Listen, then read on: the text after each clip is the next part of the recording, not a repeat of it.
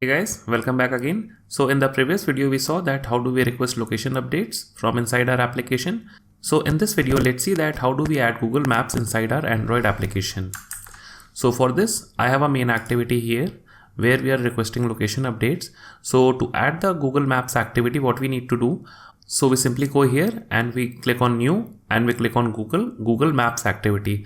So what it will do a couple of things and I'll walk you through all those things. So let me click here, that is Google Maps activity here, and let the name of the activity be Maps activity and the layout name is the activity Maps.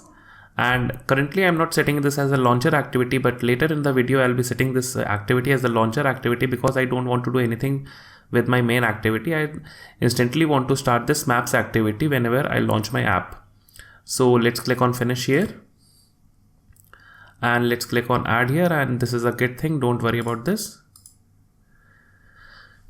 And now here we see that a new file, that is a new XML file has been created, that is called Google Maps API.xml, where we need to type in the API key here, and I'll tell you that how to get the API key here. But let's see what else has been done to our application.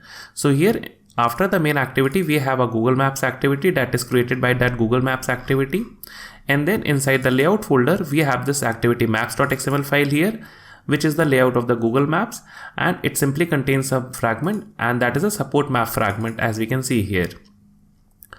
So let us go to the manifest file here, and here we see that a couple of more things has been added here. Firstly, we see that there is some metadata inside our application tag here. As you can see here that this is the application tag inside the manifest file, and here this metadata has been added, and again it takes in the Google Maps API key here, and this value comes from this file here, that is Google Maps API.xml file here. And what more it has done, it has created an activity called the Maps activity, and that is obviously true for any activity you create. And now one more thing, and it says that Google Maps doesn't require this access course or find location permissions until and unless we are using the My Location functionality of the Google Maps. So if you want to use Google Maps without the current location of the device, and if you want to send in the location from your API or something else, then you can use Google Maps without the location permissions. So now let's see that how do we get the Google Maps API key. So to do that, there are a couple of ways to do that, but the easiest way is to simply click this link here, that is this link here. So since I'm on Mac, I'm pressing command and click here, or if you're on Windows, you should be pressing control and click here. So let's open this in a browser. And now here, what you need to do, so let it open first. So let me increase the font size here. So here what you can do, you can either create a new project or you can select a project from the drop down here. But here I'm going to create a new project. So let's click on continue here. So let's wait for a couple of seconds. So here we see that the API is enabled and we need to create the API key. So let's click on create API key. So now it's creating the API key. So now here we see that this is the key which we want to add inside our Android project. So let's copy this key from here. And now let's go back to our Android Studio project, and here we should paste in our key. So let's paste it here like this. So I have my key ready here. So now to start the Maps activity, what I'll do, I'll simply create my Maps activity as a launcher activity. So let's go to our manifest file here, and here we have this Maps activity. And instead of passing the intent filter in the main activity, that is to create the main activity as a launcher activity, I'll cut this intent filter from here, and I'll paste this intent filter inside my Maps activity to make my Maps activity as a launcher activity. So let's run this application and let's see that currently what we have inside our application. That is what this map activity class shows us. So let's open our emulator here. And now we see when we run this application, we see that we are presented with the Google Maps, and there is a marker here which is pointed to Sydney, and we can see the text here inside the balloon here, that is marker in Sydney. So let's see that how does that marker gets added inside this Maps. So whenever the maps activity is created, since we have implemented the onMapReady callback, which will be fired whenever the map is ready. So this callback will be fired, that is onMapReady callback. And this onMapReady callback is firing because inside our map fragment, we are setting getMapAsync to be this. That is the current activity. And since this current activity, that is maps activity, implements onMapReady callback, therefore this onMapReady callback is fired. And here what we are doing, here we are simply making a lat long, that is the latitude and longitude in Sydney, and we are creating it as like this. So what we can do, we can simply remove this thing from here and we can create our own latitude and longitude, and we can add our own marker. So this is a simple marker. So what we can do, we can simply create a marker at the Taj Mahal in India. So to create a latitude and longitude coordinates, what we can do, we can create a lat long object. So lat long, and lat long, this should be lat long equal to new lat long, and here we need to pass in the coordinates of the Taj Mahal. So here we can simply pass 27.1751 and the longitude would be 78.0421, like this.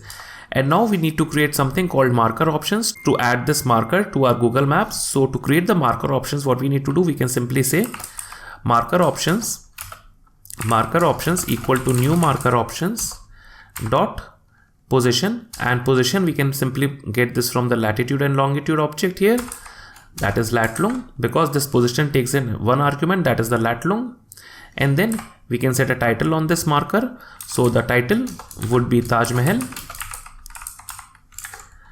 and we can provide in one more snippet, that is a snippet below the title, and the snippet would say Wonder of the World,